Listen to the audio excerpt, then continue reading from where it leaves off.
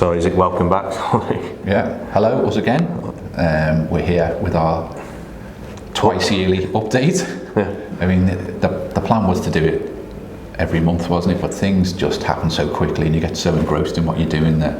Yeah. But I think we're making a vow to try and do this on to try and do it at least on a monthly basis. Yeah. But yeah, this is just to bring you up to speed as to where we are and what we're doing. Yeah, so it's been a exceptionally busy, 4 months, I suggest. From a Diskette point of view, we've now progressed to the fact that Wondermail is up and live, working. Paying customers. Yeah, out there in the UK. Within that, we've developed a partner program, which is something that's utilised to a great extent out in the US as a method of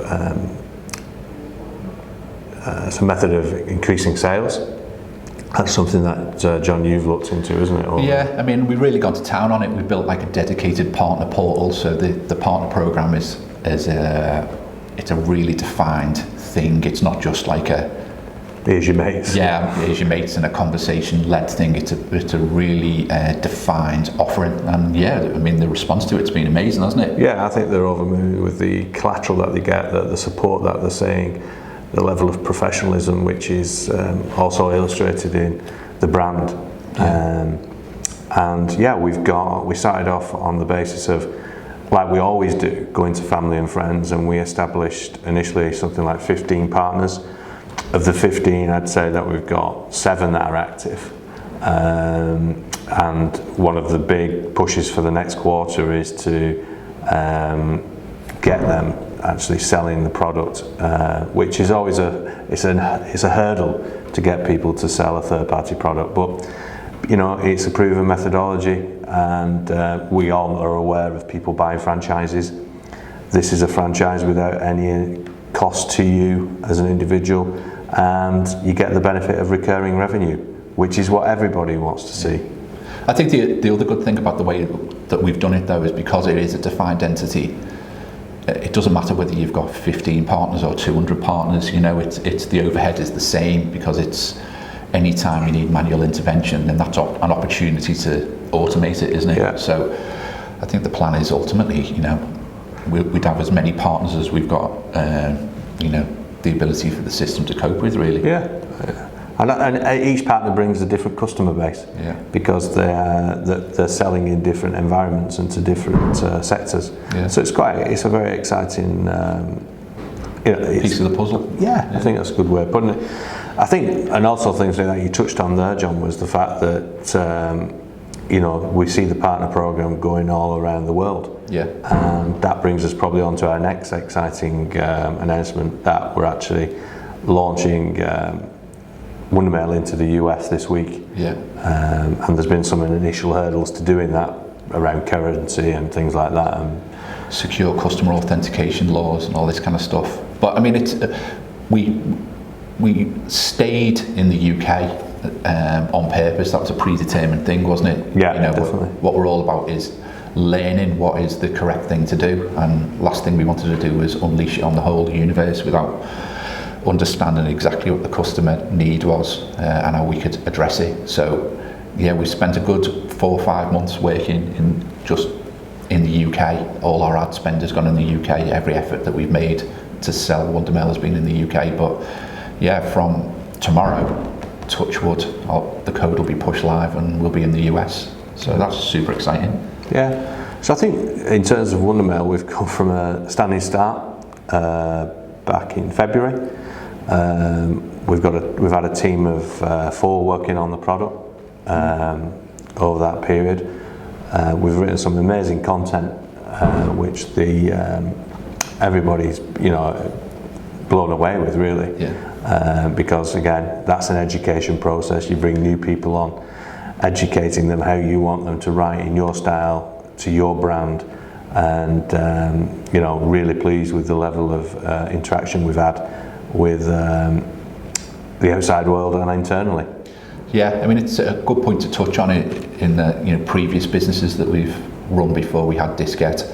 You know, we got loads of good business just by the content that we created, didn't we? You know, yeah, really important part of what we do. Especially on the blog, wasn't it? On the blog, yeah. So yeah, we're spending a lot of time putting our message out into the world in terms of Wondermail, and yeah, really happy with the results so far. We're at a point now where we're just going to scale it up and see how we go. But yeah, I think in terms of Wondermail progress, we're probably at an 8 out of 10 now. Yeah, definitely. We've got it now. I think we've done all the hard work. Now we've got to tie all the bits together. Yeah, definitely. And I think that talking about where do we go next, I'll start again, should we, on that? No, go on. I think that Diskette has another important announcement to make, is that we're about to, yesterday actually, we launched our second product into the marketplace, which is called Figala. Figala has been created out of our knowledge of the working of behavioural science. And what's really exciting about this product for me is that it utilises all our experiences in that it's tying sales with learning, which has always been a challenge for any large enterprise. You've got sales on the one side who actually goes out of its way not to utilise its L&D department, and you've got an L&D department who's always striving to get close to sales. And it's a proven fact that a well-educated salesman will sell more than an uneducated salesman. I think it's important to point out it's not an educational product though, is it? No. It's about making that behavioural change, how do you force people, not force, but how do you coerce people to do what you want them to do?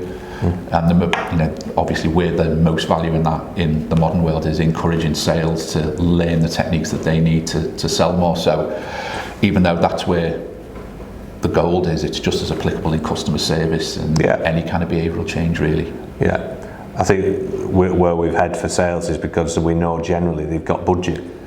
Yeah, and we've been traditionally very good at, or you have been traditionally very good at selling it into that vertical in the past, so you chase the money ultimately, don't you? You do, yeah. But in terms of the product, I think we're both really excited about it, aren't we? It's I think it's arisen out of a combination of all our past experiences and our experiences with Wondermail. Yeah, and we've done so much research on behavioural science, and I think even if you look at Diskette on a consultancy basis, we're really at the forefront of this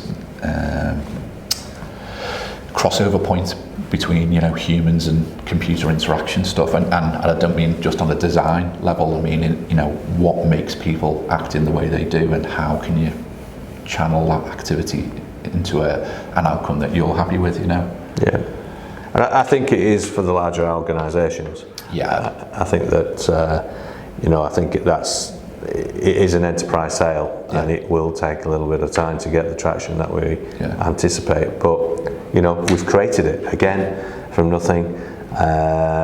In many ways, to me personally, it feels like a lot of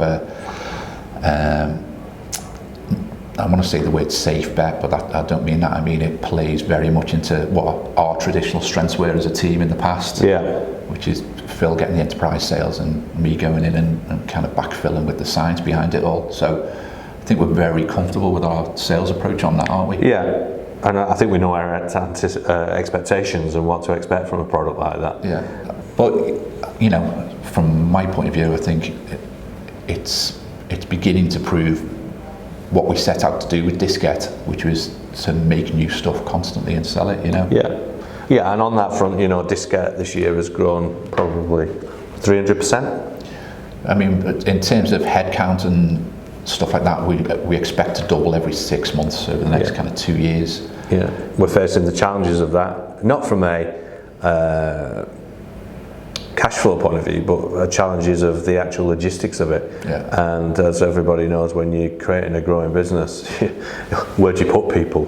You've got all those basic requirements of larger offices, HR departments, internal systems, and that's the dull part of what we do. And I think in the past we've shied away from that, and I think we've done ourselves a disservice in saying, that's not our thing. But I'm not being funny. Any dummy can do that part of it. You've just got to sit down and make that your intent. Yeah. Well, you always give me that bit to do, so yeah. Yeah, no, absolutely. I'd certainly shy away from anything that's any dummy can do it. No, but I think we've been pretty self-critical in the past that we've like, we don't run the businesses, we make the products and sell them. It's like, no, I'm not having that anymore. We're just as equipped as anyone. That's getting into the accent, that's for sure. Swift edit there. So we go on to the next bit of business.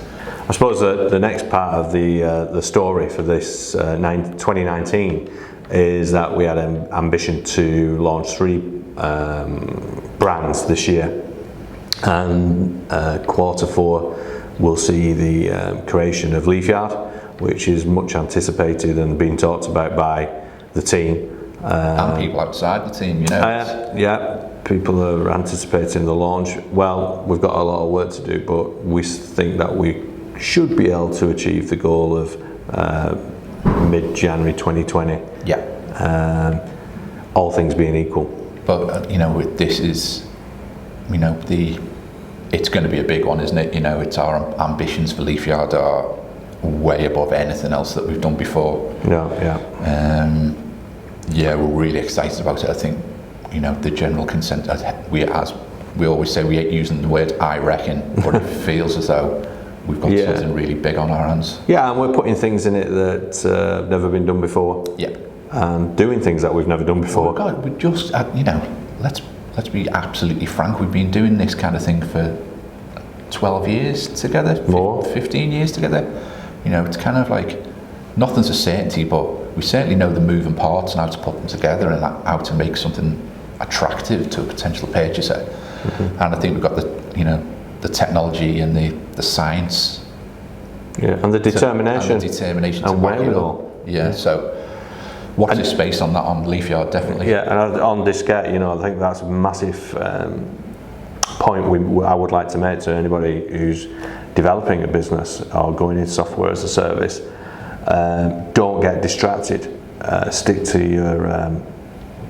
your processes and what you as founders want to achieve. Yeah. Because there's a lot of distractions and lots of people who will tell you to do it in a different way. Yeah.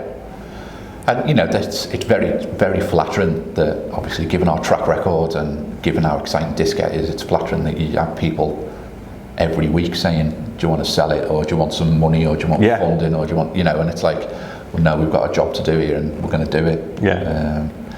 I suppose the only other thing I want to say is, from a Diskette point of view, is it's not really mentioned anywhere on the website exactly how Diskette does what it does, and I think we went off radar for a year, the first year that Diskette was put together, but that was on purpose. We built a framework and a platform that is, a pre-built software company. So like 75% of all of the 6 businesses that we're going to create over the next 2 years are already written and all share the same base platform. So any changes that go in that base platform ripple up to the products above, and each product only has 25% kind of bespoke design and code in it. So that makes it super efficient in terms of us spinning these things up, and that's why we can have the determination to go, no, this is actually a real thing. We'll be sitting down doing this video in 2 years' time when we do the next one, and Diskette will have 6 subsidiary businesses underneath it. There's no doubt about it. So big plans and a lot to do, but it's super exciting. Still having a laugh. Yeah, still having a laugh. And if that ever changes, you might as well give up. Yeah, exactly. Go and live on an island somewhere. Okay, well, it's goodbye from me. Goodbye. It's all a bit too Ronnie's, that. Yeah, a bit too Ronnie's. Yeah, but it's good a description is anyway. So, see you later. That's right.